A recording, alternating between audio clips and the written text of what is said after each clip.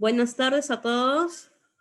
Bienvenidos al primer webinar, Tratamiento con bifosfonatos en niños con osteogénesis imperfecta, beneficios y riesgos, organizada por la Asociación Osteogénesis Imperfecta del Perú.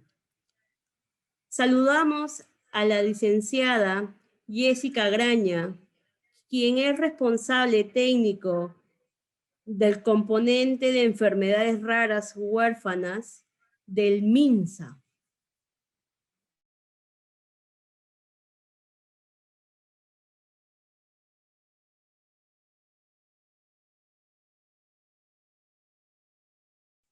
Del Ministerio de Salud.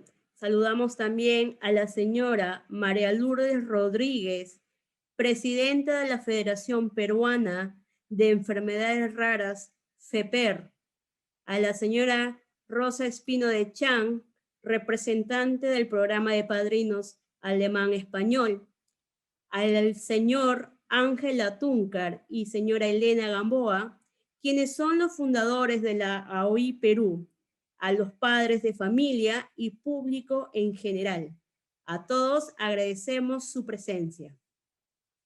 En la asociación sigue siendo una tarea pendiente el seguir dando visibilidad a la osteogénesis imperfectas, que aún mantiene una enorme brecha con el Estado. Ello debido a la falta de guía práctica clínica de osteogénesis imperfectas y ante esta situación que ya de por sí es complicada, se ha sumado la suspensión de tratamientos de los niños con OI, obligados por la situación de la pandemia del coronavirus. Esta emergencia sanitaria hace que los niños OI, obligados por la situación sanitaria que tenemos, no puedan viajar a Lima, y por otro lado, en los hospitales de su localidad no hay especialistas para este tratamiento. Somos conscientes de esta difícil situación y por ello valoramos el esfuerzo que vienen haciendo los médicos del Hospital de Niño, realizando cirugías correctivas, rehabilitación y brindando tratamientos medicamentosos. Uno de ellos es el doctor Abarca, expositor del día de hoy. Es por esta razón que hemos abierto este espacio de debate y hoy hemos invitado al doctor para que nos comparta su experiencia en el tratamiento y así poder plantear propuestas de solución a esta situación de los pacientes en nuestro país.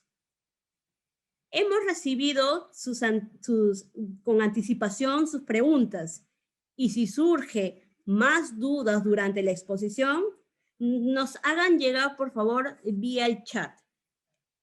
Damos entonces, sin más preámbulos, damos pase al médico genetista del Instituto Nacional de Salud, al doctor Hugo Abarca Barriga, que es el doctor del Instituto Nacional de Salud. Doctor Hugo, adelante, por favor.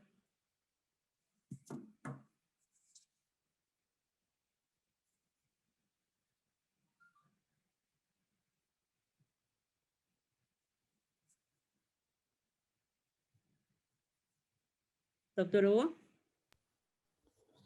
Muy buenas tardes. Muchísimas gracias a la Asociación de Osteogénesis Imperfecta del Perú por la invitación.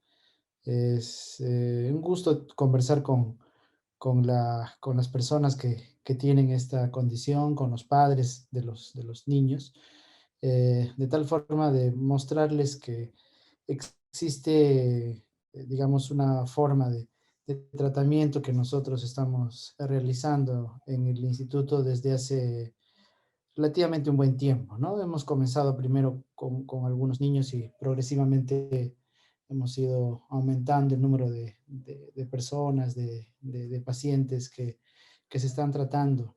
Y incluso durante desde que se inició la pandemia, hemos empezado a realizar, reiniciado el tratamiento en algunos pacientes, ¿no? Entonces, yo creo que voy a compartir entonces mi pantalla.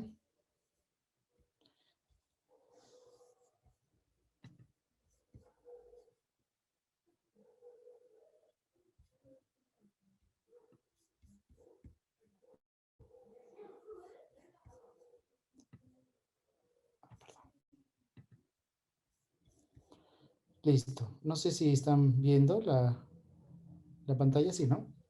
Sí, sí, doctor, sí se ve. Ya, bien.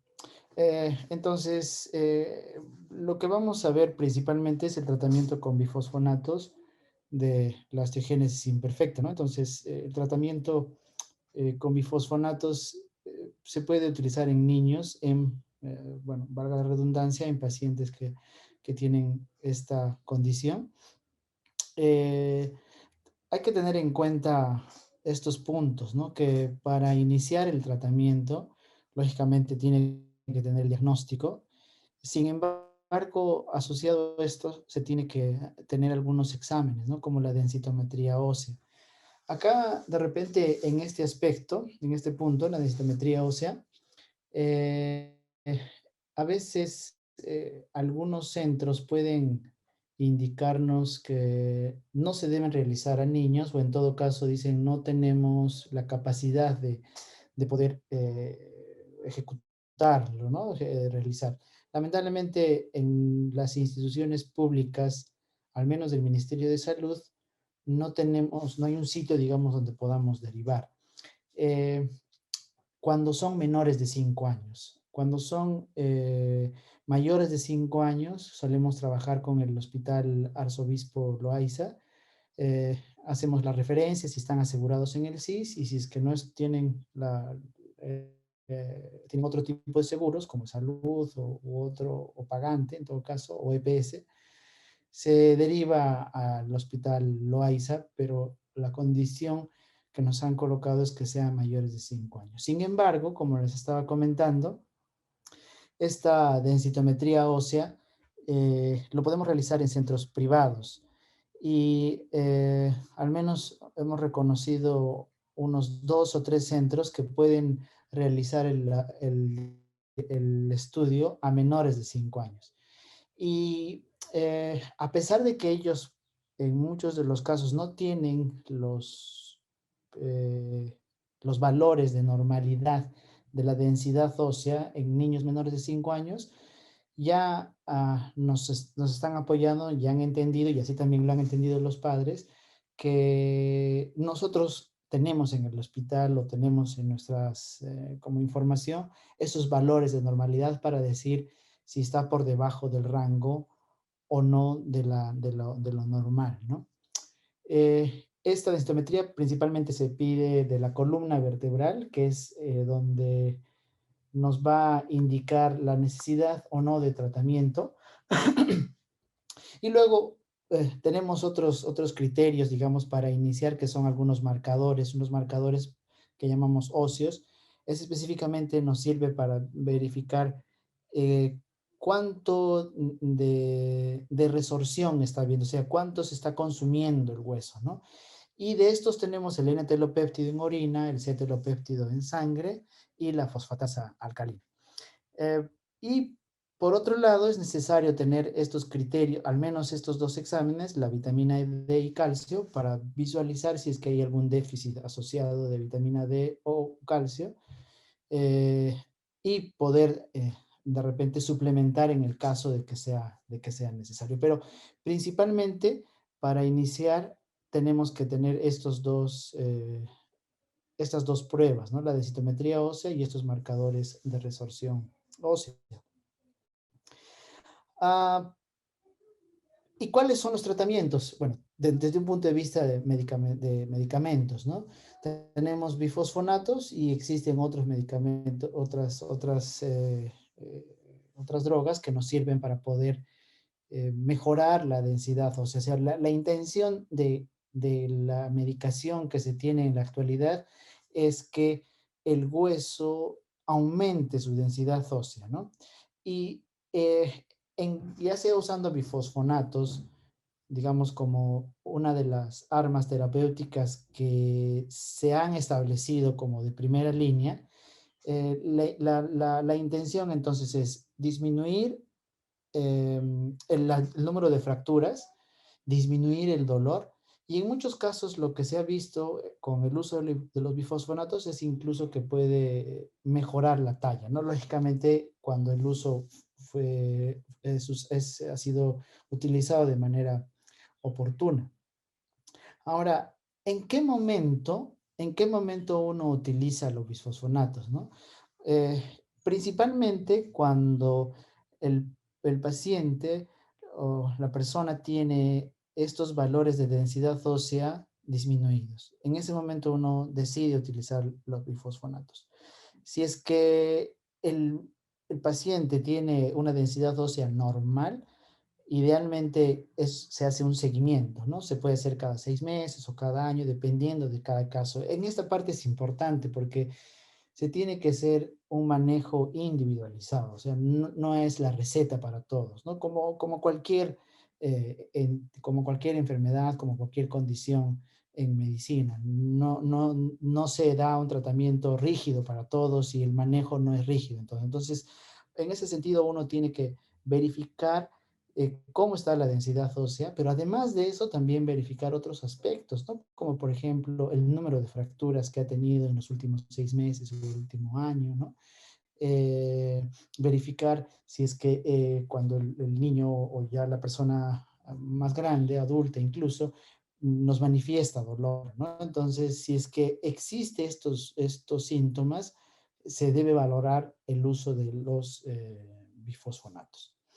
Entonces, en los bifosfonatos, específicamente, tenemos dos tipos de terapias, ¿no? Las terapias orales y las terapias endovenosas. Y dentro de las terapias orales, principalmente se tiene el alendronato. Y el alendronato lo podemos dar de dos formas, una de manera diaria y otra de manera semanal. Nosotros en el hospital preferimos indicar semanalmente. Primero para evitar los olvidos, porque a veces un tratamiento diario y a largo plazo podría condicionar a que el niño y los padres o la familia no adscriba el tratamiento, o sea, no se adhiera al tratamiento. Y la idea es que justamente la importancia de las terapias es la adhesión. Y por lo tanto, por un tema de adscripción, incluso de seguridad, nosotros entregamos de manera semanal. Ahora, ¿desde cuándo se puede iniciar los bifosfonatos en general? Se puede iniciar los bifosfonatos incluso desde recién nacido. ¿Sí? Repito, los bifosfonatos orales se pueden entregar desde recién nacidos. Hay bastantes experiencias, publicaciones en revistas indexadas, es decir, en revistas de confianza, con un número importante de pacientes de recién nacidos que han podido recibir o ser tratados con esta medicación, con bifosfonatos, me refiero a bifosfonatos en general, y de esta forma ha producido un efecto positivo en el número de fracturas, es decir, disminuyéndolo, mejorando, repito, el dolor y incluso la talla, ¿no? Y para eso,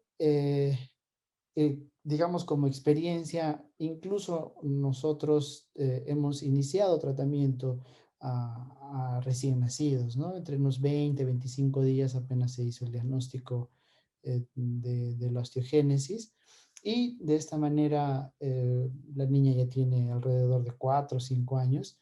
Digamos, es nuestra experiencia más larga de un paciente que ha iniciado el tratamiento tan precozmente y con alendronato. La ventaja de la vía oral es que se puede suspender si es que apareciera algún efecto colateral. Dicho sea de paso, los efectos colaterales en el uso de bifosfonatos suele ser infrecuente. Pero a pesar de eso, tiene esta ventaja, ¿no? De poder suspender inmediatamente. Y por otro lado tenemos el tratamiento endovenoso, ¿no? El tratamiento endovenoso, que principalmente hemos tenido la experiencia de utilizar o pamidronato o solendronato. El pamidronato es cada 3 a 4 meses y el solendronato cada 6 meses, ¿no? En esta parte es importante que indicar que si bien el hospital todavía no tiene aprobado, digamos, la compra de la medicación, hemos ido trabajando con algunas asociaciones donde han permitido, digamos, el acceso de esta medicación, ¿no? Y, acá, digamos, hacer un paréntesis, hemos aprovechado en estos meses digamos, la ausencia de pacientes, la disminución de la atención de pacientes y hemos utilizado para hacer algunas guías, ¿no? Algunas guías de atención para algunas condiciones, para algunas enfermedades genéticas y dentro de ellas está la osteogénesis imperfecta. De hecho, hace una semana o 2 semanas aproximadamente ya hemos presentado formalmente al hospital para justamente tener la aprobación. Con esta aprobación, lo que nosotros estamos queriendo hacer es solicitar a la institución que nos puedan facilitar, digamos, este tipo de medicamentos, ¿no? Ahora, regresando nuevamente a la parte endovenoso, ¿qué ventajas tiene? La ventaja es que la adhesión es mucho más fácil. ¿Sí? La adhesión, la adscripción de los pacientes es mucho más fácil, es cada 3, 4 meses, ya sea pamidronato o solendronato. Entre los dos, por un tema de, mm, de entregar la medicación es mucho más fácil el solendronato,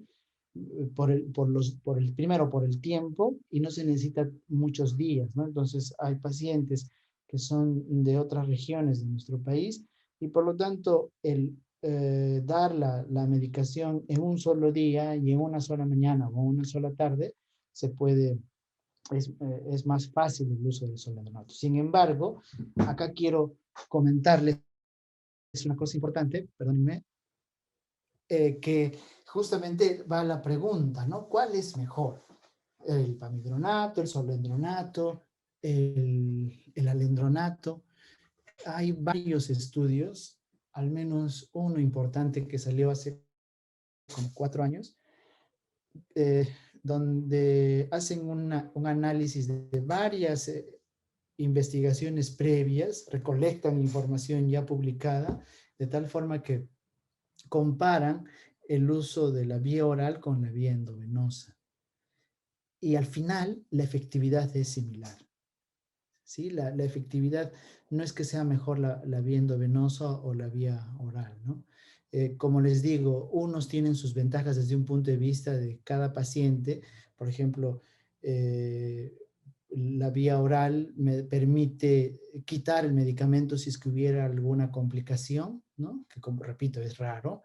Eh, Tiene la ventaja de no estar yendo, no necesita ir al hospital para que se le haga la infusión. Nosotros utilizamos el hospital de día, que está dirigido por la doctora Dora Miranda. Ella nos apoya mucho en esta parte. Cuando se utiliza la vía endovenosa, entonces no se necesita ese tipo de coordinación, de que tenga las citas, ¿no? Entonces el uso de la vía oral tiene esa ventaja. Y como veíamos cuando se utiliza la vía endovenosa, probablemente una de las ventajas es la mejor adscripción, o sea que el paciente o las familias no se van a olvidar durante 3, 4 meses o durante 6 meses. Entonces eso hay que valorarlo, ¿no? Hay que poner la balanza por cada uno de los pacientes que utilizamos. Entonces, la efectividad es la misma porque aumenta la densidad ósea de la misma manera y igual disminuye los marcadores, ¿no? Y por otro lado, de repente los efectos colaterales serían mayores por vía endovenosa, ¿no? Pero igual son pocos.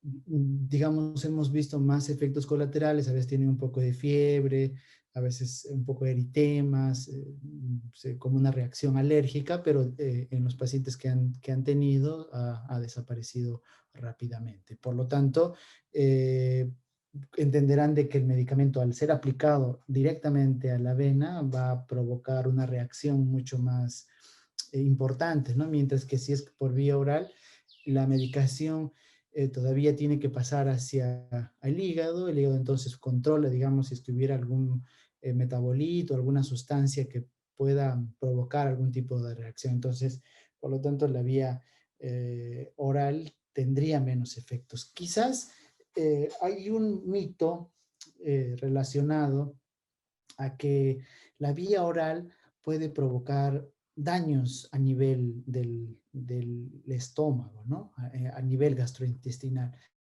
Sin embargo, lo que se conoce, al menos en niños, es que no se ha reportado ese tipo de manifestaciones. De hecho, nosotros, al ver, al tener un grupo de pacientes, no solo la niña que le comentaba que fue la más precoz, sino tenemos un grupo relativamente grande que son de otras regiones de nuestra patria, eh, nos han comentado que la medicación les va muy bien, no tienen molestias a nivel gastrointestinal. Entonces, no hay ese efecto, digamos, que podría provocar molestias gastrointestinales. Lo mejor es tomar la medicación sin alguna, algún alimento, de preferencia solamente agua, y que el paciente esté sentado para evitar o disminuir la posibilidad. Estos efectos generalmente se ven en las personas mayores, ¿no? Y principalmente ustedes entenderán de que esta medicación fue creada o fue eh, descubierta para mejorar la densidad ósea de las personas mayores adultas, de preferencia del sexo femenino, ¿no? Y los efectos que se describe es principalmente en este grupo etario, ¿no? En las personas mayores, o sea, en las mujeres posmenopáusicas. Y dentro de ellos, por ejemplo, están algunos problemas a nivel de la mandíbula, a nivel de la cadera, ¿no? Hacen unos tipos de cambios a nivel óseo que en niños no se ha visto, ¿sí? Al menos las publicaciones que nosotros hemos buscado, no se ha descrito, ¿no? Y mucho menos nosotros tampoco. Por lo tanto, la medicación, el bifosfonato, es seguro en los niños, es seguro. Entonces, nosotros tenemos, como les digo, una experiencia de hace más de 5 años, principalmente con el uso de vía oral y desde hace unos 2 años aproximadamente, año y medio, con el uso del tratamiento de vía endovenosa. ¿Y cómo se realizan los controles? Acá es una cosa importante que tenemos que tener en cuenta, ¿no? Porque muchas veces se cree que ya, bueno, se da la medicación, se regresa a su región, a su lugar de origen, o de repente vive en Lima, y ya, pues, ¿no? Cada 6 meses viene el paciente y solamente se le pone de repente la medicación vía endovenosa, o solamente ya lo vemos a los 2 años para ver cómo va con su medicación vía oral. Pues no, nosotros preferimos de que vengan cada 6 o 12 meses, principalmente para ver si el medicamento está haciendo efecto o no. Y acá un paréntesis. Mucha gente, siempre, incluso colegas, me preguntan, ¿y qué tipo de osteogénesis es? ¿Es la 1, la 2, la 3 o la 4, no? Y generalmente esto ha sido probablemente ya repetido, porque este tipo de clasificación se ha realizado hace mucho tiempo, ¿no? Sin embargo, a la fecha se tiene más de 18 tipos de osteogénesis imperfecta, 18 diferentes genes que provocan la osteogénesis imperfecta. Y de estos incluso hay algunos que no responden a los bifosfonatos. Entonces, justamente nosotros hacemos estos controles para ver si es que hay respuesta o no, para ver si es que hacemos un cambio de alguna medicación o agregamos algún tipo de medicación en estos pacientes, ¿no? Entonces, estos controles, regresando nuevamente, los controles los hacemos haciendo densitometría ósea cada año principalmente, dependiendo del caso, si es que está en el límite inferior, es decir, está por debajo de lo normal, pero yo sé que con una dosis de medicación, ya sea endovenosa o vía oral, en 6 meses yo veo que esto va a subir a los patrones de normalidad y encima tengo antecedentes de que el niño no se ha fracturado, al menos en los 6 meses anteriores, entonces le vuelvo a hacer un control en 6 meses, perdón, para ver si está dentro de la normalidad y ya parar la medicación, ¿no? Si bien estos medicamentos son seguros, igual hay que tenerle, digamos, un seguimiento estricto, ¿no? Si el paciente ha tenido muchas fracturas en los últimos 6 meses, o fracturas en los últimos 6 meses, y la densidad ósea está muy por debajo de lo normal, probablemente eso no va a mejorar rápidamente, entonces hacemos un control a los 12 meses. Sin embargo, los marcadores eh, de resorción ósea, como el N-telopéptido que comentábamos, el C-telopéptido y la fosfatasa alcalina, eso sí lo hacemos cada 6 y 12 meses. Y por otro lado, hacemos un control de vitamina D y calcio, ¿no? Para verificar si es que la medicación ha provocado un efecto colateral que a veces se podría ver, que justamente es la disminución de calcio y la vitamina D. En algunos pacientes, por la lejanía, hemos utilizado estos dos medicamentos agregados a los bifosfonatos para evitar, digamos, esta probable complicación. Pero, digamos, si es que no se ha entregado esto, como suplemento a la vitamina D y el calcio, hacemos un control para verificar cómo están los valores y decidir si se debe agregar o no estos compuestos, ¿no?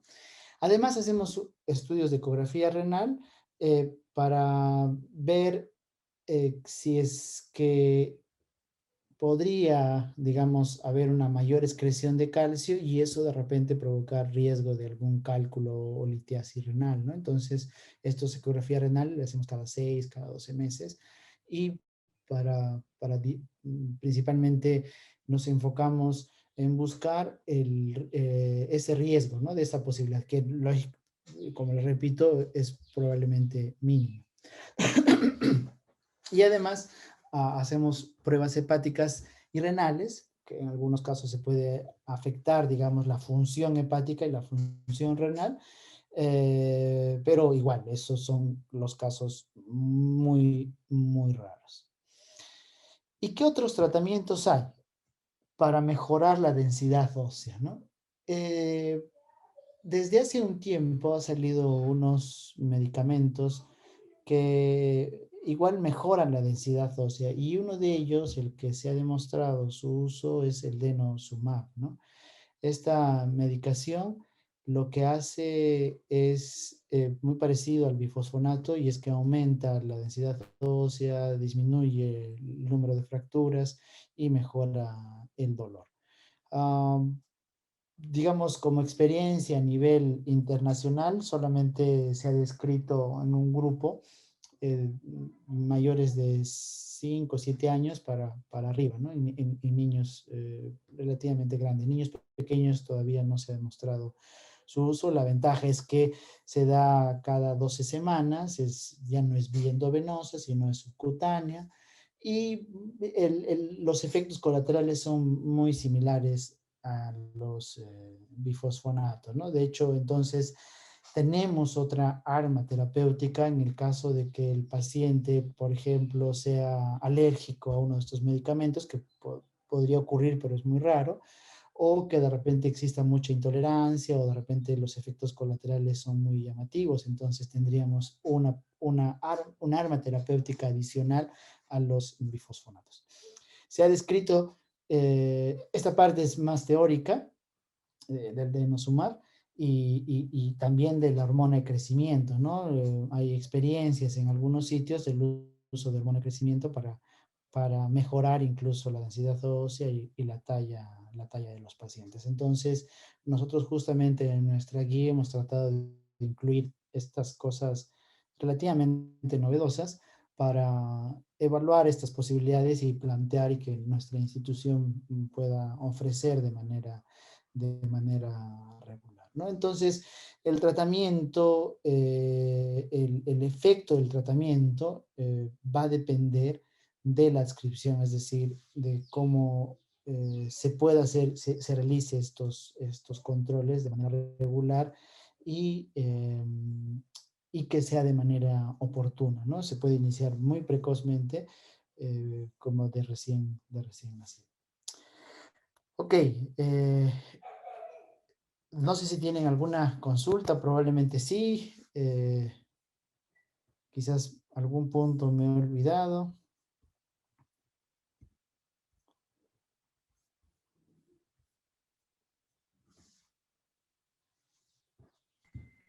Ah, Buenas tardes. Sí, doctor. Hay una pregunta de un papá que vive en Ayacucho. Él pregunta como que su niño tiene 5 años y no recibe ninguna clase de tratamiento porque no tiene tratamiento en su pueblo. Pero él le han ofrecido el colágeno de una institución naturista. Ujú. ¿Qué le recomienda? No, no, bueno, no hay registro en la literatura médica que pueda mejorar la densidad ósea, los dolores, ¿no? Eh, Además que el colágeno probablemente es una molécula bien grande, ¿no? Es una proteína bien grande de tal forma que cuando entra al intestino lo más probable es que se degrade, ¿no? Y solamente entren los aminoácidos como parte de este colágeno, de esta proteína grande. Y probablemente el efecto no sea o no existe efecto, pero bueno, en todo caso, regreso a mis orígenes indicando de que no hay una evidencia médica, por lo menos ahora. Ujú.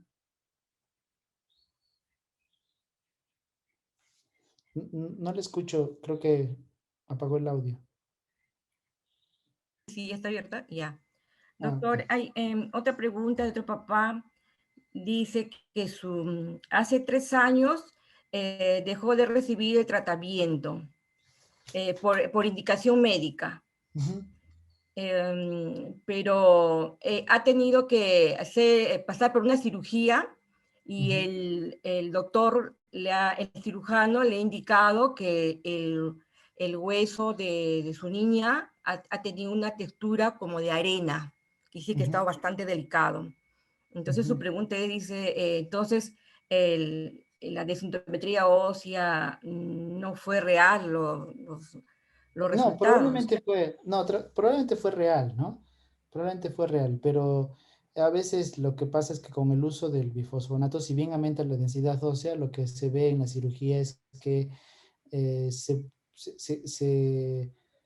el cirujano, el traumatólogo lo siente como si fuera medio, como dicen, ¿no? Como arena, medio como una harina, ¿no? Entonces, pero no es que la medicación no haya hecho efecto, ¿no? Probablemente ha habido efecto. Ahora, eh, como les decía, si bien se suspende la medicación en algunos casos, pero no es que ya se le da de alta al paciente. Entonces, por ejemplo, su densidad ósea en un control ya está dentro de lo normal, lo que tenemos que hacer es una verificación dependiendo en 6 meses o en un año para ver si es que eso ha disminuido o ha vuelto a aumentar, ¿no? O sigue en los valores normales. De tal forma, si es que vemos que está bajando, pues ahí nuevamente se le inicia la terapia. Por eso la importancia del seguimiento, ¿no? Muy bien, doctor. Doctor, acá hace una consulta. Este es un paciente mayor de 20 años y pregunta qué tipo de tratamiento es aconsejable mayores de 18 años.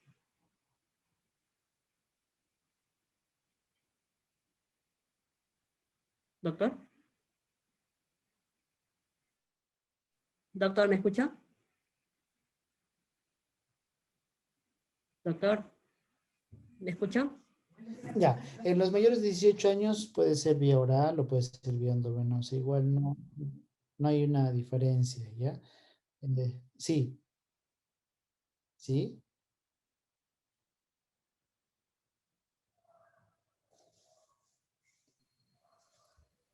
sí, ¿me están escuchando? Sí, sí, solo que Ok. hubo una interferencia. La pregunta es si es que es mayor. Ok, si es mayor de 18 años, el manejo es similar, no hay diferencia, ¿no? Puede ser endovenoso, vía oral, ¿ok? Ahora, una cosa importante en las personas ah, desde la adolescencia incluso hemos visto, y es que de manera espontánea, por alguna razón, la densidad ósea mejora en el tiempo, ¿no? O sea, a medida que va creciendo el niño, va mejorando también la densidad ósea. Y esto probablemente pueda ser por la actividad física de repente que pueda existir en los niños. Se ha visto que la actividad física de manera indirecta interviene en la masa ósea, ¿no? Entonces, mientras más actividad ósea tiene una persona, mejora la densidad ósea.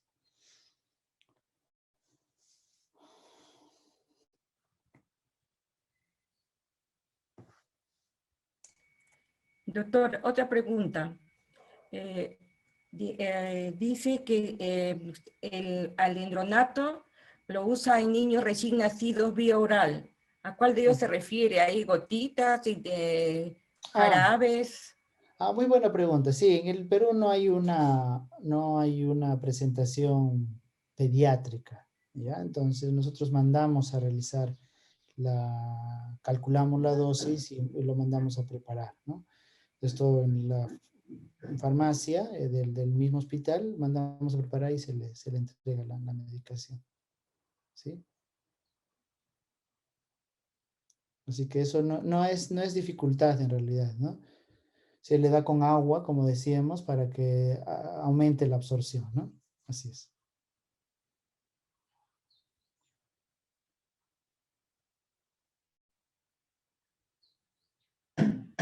Sí, doctor, una pregunta más. Si el paciente tiene fracturas frecuentes, ¿se puede continuar con el bifonatos orales? Sí, claro, o sea, lo que habría que ver es de repente el tipo de dosis que se le está entregando, quizás no se le ha ido aumentando a medida que ha ido creciendo, que ha ido aumentando de peso, ¿no? Y se puede continuar, pero si lo que pasa es que una opción es verificar esto de la dosis, uno. Luego, si es que a pesar de eso sigue teniendo fracturas, tendríamos que pasar a hacer una prueba vía endovenosa, de repente por ahí podríamos mejorar. Y si no, existen estas otras ofertas de medicación, como estábamos comentando, ¿no? El uso de este denosumab o incluso agregarle de repente hormona de crecimiento para mejorar la densidad ósea. Eso hay que visualizar, como decía, caso por caso, ¿no? Paciente por paciente. ¿Ok? Muy bien, doctor. También hace última pregunta, doctor. Dice, ¿el de Sumsuman se puede aplicar también a los pacientes a los cuales los bifonatos no le hacen efecto?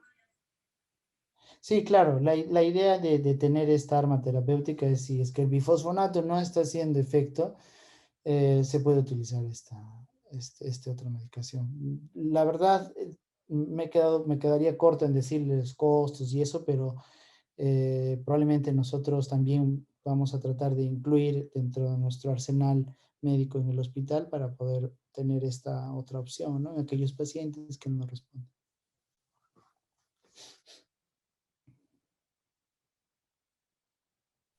Muy bien, doctor.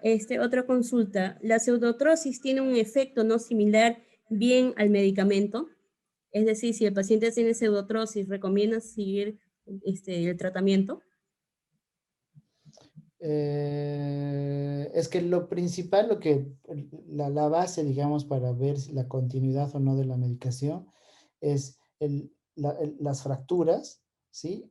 Y la densidad ósea a nivel de la columna vertebral, porque en el tiempo los niños o las personas con osteogénesis imperfecta se ha observado de que disminuye el tamaño de los cuerpos vertebrales y también eso hace de que las personas tengan escoliosis, ¿no? Y ese es otro efecto, digamos, positivo de la densidad del uso de los bifosfonatos. Entonces, eso hay que poner sobre la mesa por paciente, ¿no? Por paciente.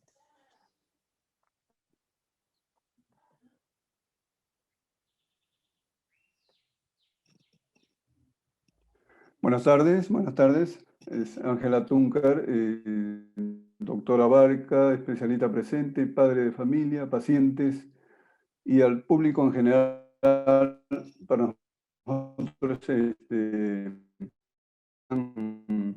y digamos, de bastante motivación de que se puedan continuar realizando las charlas y que permita aclarar sobre el tratamiento y lo último que se...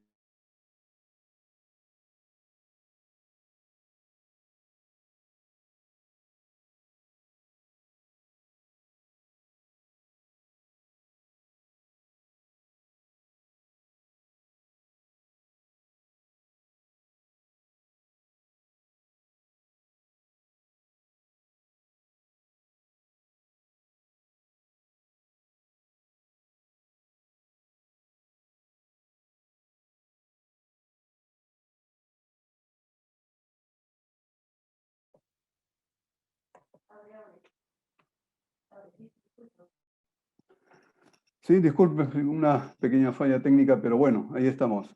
Ya al epílogo de la reunión, ya para cerrar, nuevamente agradecer a todos ustedes, especialmente al doctor Abarca, que nos sigue ilustrando siempre con los últimos tratamientos y los últimos medicamentos también que se están aplicando a los pacientes.